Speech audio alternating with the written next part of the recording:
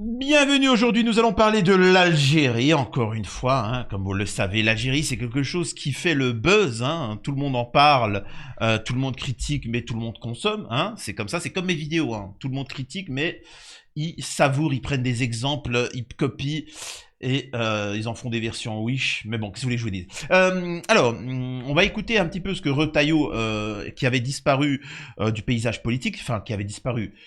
Il a jamais fait partie du paysage politique. Il a apparu une seconde pour insulter l'Algérie, ce qui a fait le buzz, et ensuite il a disparu. Nous avons le ministre de l'économie, ou je sais pas quoi, de la maréchaussée, qui a décidé, on le connaît pas, mais de se faire un nom. En faisant quoi, à votre avis? En proposant des lois innovantes, en réglant le problème des Français, en réglant... Non, non, en insultant l'Algérie. Je vous jure que c'est pas une blague. Donc on va écouter ça.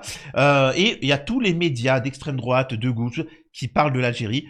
Je le rappelle.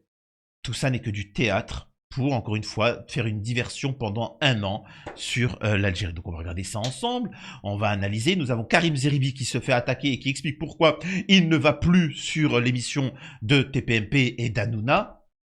Ce sera intéressant à analyser. Juste avant, je vous invite à vous abonner, à laisser un commentaire et un like pour le référencement pour cette chaîne, de rejoindre toutes mes autres chaînes. Comme vous le savez, j'ai été censuré, mais la censure est finie. Donc j'ai une chaîne à 100 000 abonnés, 60 000, donc n'hésitez pas, il y a vraiment du contenu totalement différent. Donc abonnez-vous, hein. Et on va pouvoir démarrer les enfants. C'est parti, vous êtes prêts? Allez. Polémique autour de Philippe Tabarot. Le ministre des Transports assume au sujet...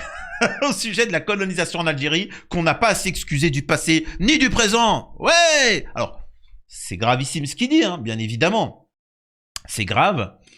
Je rappelle que pour les pseudo-patriotes qui en commentaire vont vouloir faire des commentaires, la France donne une allocation à Israël, hein, pour ce qui s'est passé.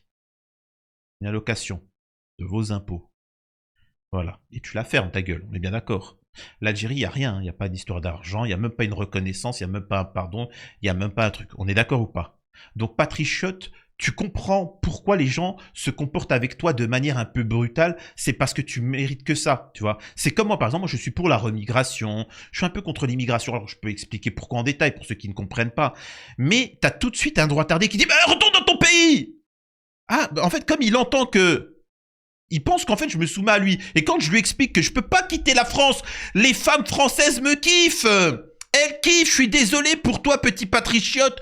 J'aimerais bien retourner en Algérie, mais les femmes françaises, elles peuvent pas. Elles n'arrivent pas. Elles me disent non, on veut pas que tu partes. Tu nous fais tellement plaisir.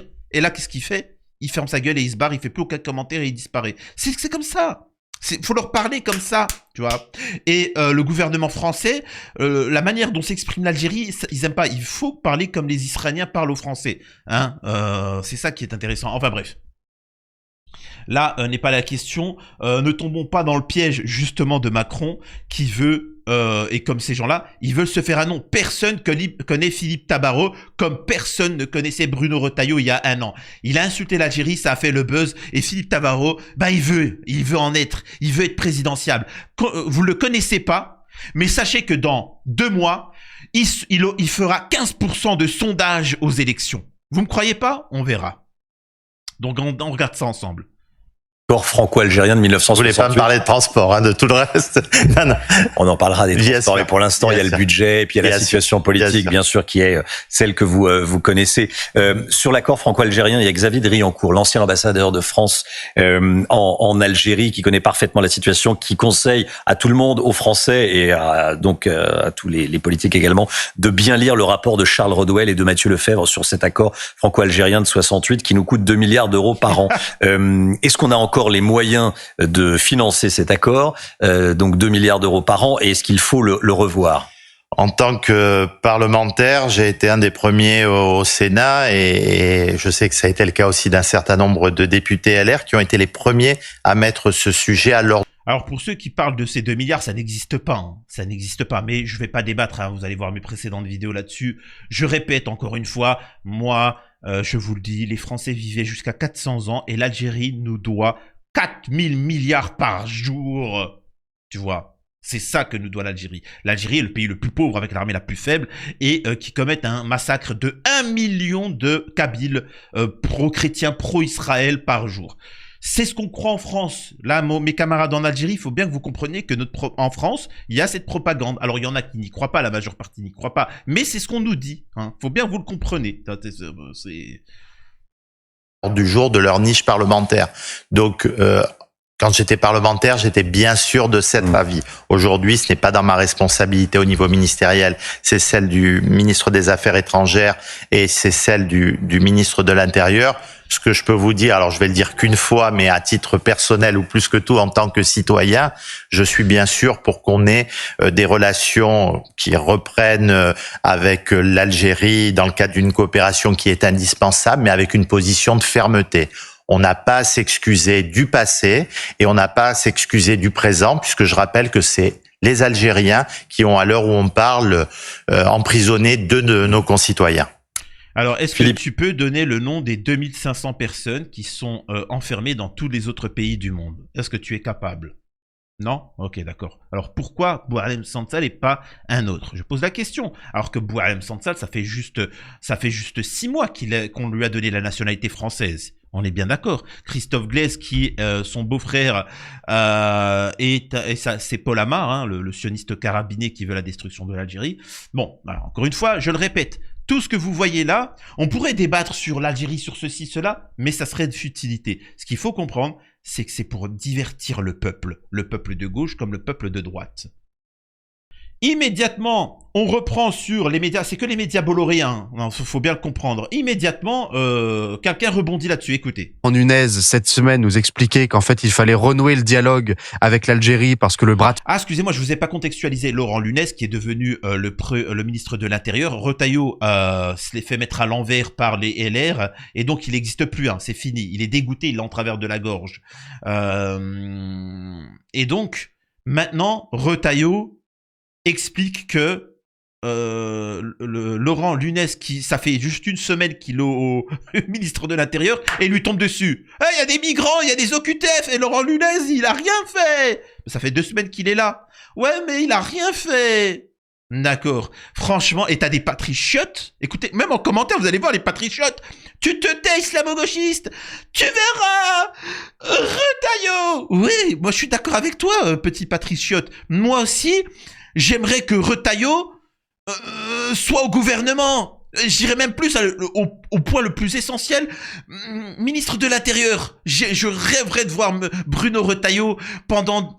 Au pouvoir, quoi. Ministre de l'Intérieur, alors là, les OQTF, alors là, les migrants, alors l'Algérie, vraiment, tu vois, ça serait fou quand même que Bruno Retailleau puisse arriver au pouvoir et soit ministre de l'Intérieur. Hein? Quoi il était au pouvoir depuis des années? Ah bon? Avec la Macronie? Hein? Mais alors, la situation, c'est catastrophique. Sachant qu'il était au pouvoir et que lui, il rigole pas, mais ce qu'il a fait alors pendant ce temps-là? Hein? Ah, ok, d'accord. Hein? Sacré patriote, va. Encore une fois, vous faites tout savoir. C'est pareil à gauche. Hein? Je vous parais précisant. Mais bon, là n'est pas la question. Donc encore une fois, tout ça, c'est du théâtre. De fer n'avait servi à rien. J'ai déjà envie de dire à Monsieur Nunez, alors, premièrement, le bras de fer, on n'a même pas commencé à l'envisager. Et ensuite, peut-être que le dialogue, il va peut-être falloir mettre fin à tout dialogue et maintenant expliquer à l'Algérie que la France peut écraser le gouvernement algérien si la France décide d'écraser le gouvernement algérien. Parce que ce pays, en tout cas, les représentants algériens ne comprennent que la force, le rapport de force. Et à aucun moment donné, ces 40 dernières années, un gouvernement français s'est peut-être dit, tiens, peut-être qu'on pourrait hausser le ton. Parce que si hausser le ton... Je vous jure que je suis à 100% d'accord avec lui. Moi, je suis pour, hein. Je vous le dis premier degré, je suis pour que la France décide d'écraser l'Algérie et de récupérer ce pays-là. Il y a des richesses incommensurables. Faut bien que vous compreniez que si la France a l'Algérie, c'est l'une des premières puissances mondiales. Et véridique, hein, pas que dans les chiffres bidons donnés par la Macronie. Par contre, si l'Algérie, elle gagne, elle prend du territoire, si vous voyez ce que je veux dire. Allons-y. Sachant que l'Algérie a l'armée la plus faible au monde, l'économie la plus faible au monde, tu vois. Sachant qu'en Algérie, il faut savoir que tout le monde, la moitié du peuple algérien est chrétien israélien et veut normaliser avec Israël, et que Tebboune est une dictature, qu'il n'y a pas de système de santé, il n'y a même pas d'eau, hein, en Algérie. Donc allons-y les mecs, on y va, on attend quoi, hein? Par contre, je répète, si l'Algérie gagne du terrain, si elle prend la moitié de la France, elle prend la moitié de la France. Soyez bien d'accord. Tu vois. Certains disent, ouais, mais tu dis ça d'une manière où tu laisserais sous-entendre que l'Algérie aurait la capacité de... Oh! Allons-y. Moi, ce que je déteste, c'est qu'on parle. Moi, j'aime bien quand on... Tu vois, je déteste quand on parle. Il y a un moment, il faut agir. Tu vois, mais bon. Et les Algériens, ils fonctionnent comme ça, d'ailleurs. Hein. Tout le monde en Algérie, ils sont là comme ça. Ils sont là avec des petites cacahuètes et ils sont là en train de manger. Et ils disent, mais tu vois, bon, allez... Vas-y. Et ridicule. Vraiment, je suis désolé, mais c'est ridicule. C'est faire ce que fait Jean-Noël Barrot depuis 1 an, c'est faire ce que fait Emmanuel Macron depuis 1 an, c'est faire ce que fait Laurent Nunez depuis 3 jours. Mais enfin, alors, n'allez pas attaquer Laurent Nunez qui est là depuis... je suis désolé, il mais est là depuis dimanche. L'une de ses premières prises de parole en tant que ministre, c'est dire il faut renouer le dialogue avec l'Algérie. Donc là cet aussi, homme n'a rien je fais compris. attention, les âmes chagrines, quand vous dites écraser le régime algérien, c'est diplomatiquement, évidemment. Bien sûr.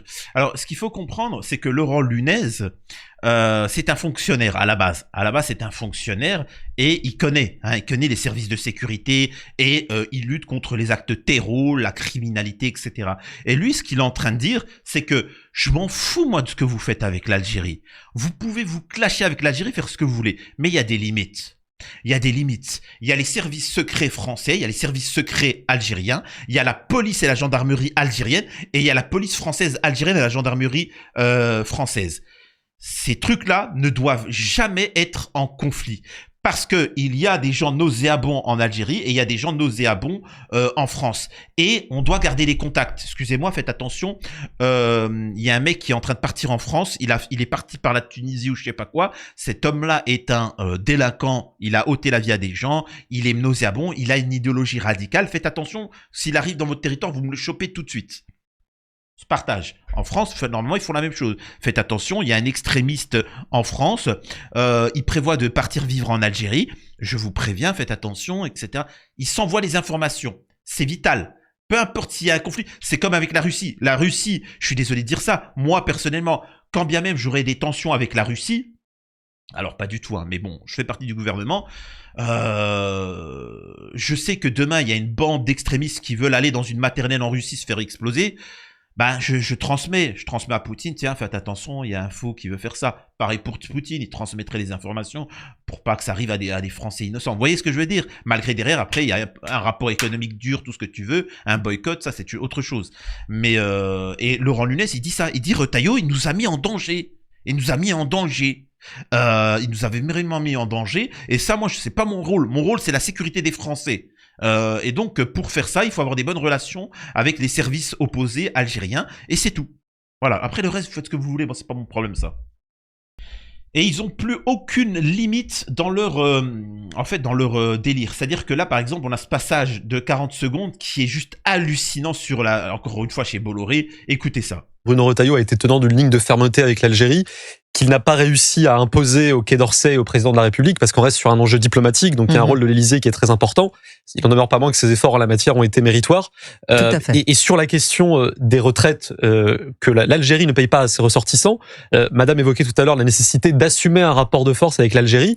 Typiquement, une façon de faire, c'est d'appliquer la réciprocité. C'est-à-dire qu'il y a aujourd'hui 360 000 pensions françaises qui sont versées à des résidents en Algérie pour un montant d'1 milliard d'euros. Que la France arrête de les payer. C'est ça, c'est-à-dire que c'est le premier pays auquel on verse des pensions françaises à l'étranger. Une mesure de faire, ça peut être rétorsion, Incroyable. On coupe, tant que l'Algérie ne remplit pas sa part de la convention. Alors, ce qu'il est en train de dire, c'est que des gens qui ont travaillé toute leur vie, 60 ans en France, et qui touchent la retraite, n'ont pas le droit de partir en Algérie pour passer leur retraite, etc. Alors qu'ils ont cotisé, hein. Tu touches pas ta retraite plein tarif si t'as pas travaillé, donc t'as travaillé. Donc voilà. Donc en fait, ce qu'ils sont en train de dire, c'est que les centaines de milliers d'Algériens qui ont travaillé. Alors, ce qui est étonnant, c'est qu'on m'a expliqué que les Algériens ils ne travaillent pas. Bon, alors une fois ils travaillent pas, une fois ils travaillent machin, ils touchent des retraites, c'est un peu particulier. Et ben on va leur priver de ça. C'est-à-dire qu'on va prendre 300 000 Algériens retraités, on va leur dire bah vous savez quoi, on vous paye plus. Voilà, balèque. Je vous jure, hein, guerre civile. Guerre civile. Ah, je vous le dis tout de suite. Hein. En France, guerre civile. Des millions de personnes vont prendre les armes. Ah, moi, mon père, il a travaillé toute sa vie et tu lui prends son argent. Hop, guerre civile. Guerre civile, préparez-vous. Là, ils sont en roue libre, ils jouent les malins. Il va falloir assumer. Hein. Va falloir assumer. Hein. Pour ceux qui fantasment la guerre civile, va falloir assumer, les enfants. Ah, regardez ce qui s'est passé en Syrie, hein. Ils y sont encore. Hein. Enfin bon. Manuel Bompard, ils ont cotisé, payé des impôts en France, participé à construire notre pays. Remerciez-les au lieu de les insulter. Union algérienne le dit, et c'est ça qui est assez marrant. Des incapables sont... En fait, c'est le système en France. Pour que vous compreniez un petit peu comment le système politique français fonctionne, des incapables sont nommés au gouvernement. Ils font n'importe quoi, dette, sécurité, frontières. Alors bien évidemment, hein, c'est vraiment, hein, c'est-à-dire que à chaque fois qu'on a mis des gens pour la sécurité, depuis que je suis petit, la sécurité, OQTF, l'immigration, l'Algérie, tout ça, délinquance, Karcher, etc. Depuis que je suis petit, j'entends ça. Mais à chaque fois, on vote pour des gens, il se passe rien, c'est de pire en pire, incroyable. Bref, ils font n'importe quoi, dette, sécurité, frontières. Le peuple s'énerve, hein, il s'agace. On fait diversion sur l'Algérie, les faits sont débunkés, le gouvernement est foutu dehors, et comme le gouvernement est foutu dehors, on reprend des incapables qui sont nommés au gouvernement, et qui refont n'importe quoi, et le peuple s'agace, et on critique l'Algérie, et ainsi de suite, et voilà. Et pendant ce temps, la dette, elle augmente. Mais continuons. Ce qui nous permet d'arriver justement à ce franco-algérien Karim Zeribi, qui se fait critiquer parce qu'il ne va plus sur TPMP, donc on va écouter un petit peu ce qu'il a à dire sur le sujet. Moi, j'ai décidé de ne plus participer à TPMP après l'épisode de Tapiro, quand Hanouna m'appelle pour faire une émission où il me dit c'est l'émission de l'apaisement, donc dans une période où il y a le conflit entre Israël qui répond à l'attaque du 7 octobre de manière disproportionnée, quand tu as des civils, il m'invite pour une émission de l'apaisement. Au final, c'était un traquenard, il me met Tapiro en face, ses chroniqueurs prennent la parole, m'attaquent, ils sont même allés jusqu'à me demander et l'Algérie, la position de l'Algérie, qu'est-ce que vous avez à en dire, comme si j'étais le porte-parole du ministre des Affaires étrangères algérien. Donc moi j'ai décidé. Et donc pour avoir dit ça, parce que là l'intervention elle est simple. Hein. En fait, on lui reproche d'être algérien. Donc il est accusé d'antisémisme. Voilà, il est antisémite. Voilà, c'est ce qu'il vient de dire là, c'est antisémite. Je sais pas quel passage, mais ça l'est. Donc c'est ça qui est incroyable. Je vous le dis, encore une fois, moi je vous invite à tous ceux qui sont d'origine algérienne, tous ceux qui sont en Algérie, et que vous voyez les insultes en France, tout ça, réjouissez-vous parce qu'en fait ce pays est en train de s'effondrer. Il s'effondre. Et plus ils continueront à vous insulter, plus ils vont continuer à s'effondrer. Donc ne répondez même pas. Vous voyez ce que je veux dire? C'est-à-dire que, normalement quand on t'insulte, on te critique, tu réponds. Là, ne répondez pas, ils sont en train de s'effondrer. C'est tout. En fait, c'est comme ça, tout simplement. Ils veulent pas faire de rapport économique. Tout le monde est en train de s'approcher de l'Algérie pour faire du business. La Slovénie, l'Allemagne, l'Angleterre, etc. Il y a que la France qui insulte, qui critique, parce que c'est comme ça. Qu'est-ce que je vous dise? Vous me dites en commentaire ce que vous en pensez, mais encore une fois, je le préviens, Macron va tout faire, parce que c'est ça, hein, c'est la Macronie, c'est le système. Parler de l'Algérie parce qu'ils sont incapables de sauver la France. Ils sont incapables. Ils sont en train de piller la France et pendant ce temps, ils sont en train de montrer du doigt l'Algérie. C'est tout. Voilà. Et les Français méritent leur situation tant qu'ils continueront à regarder du côté de l'Algérie. Qu'est-ce que vous voulez que je vous dise? Des bisous à tous, à la prochaine. Prenez soin de vous et abonnez-vous à Max.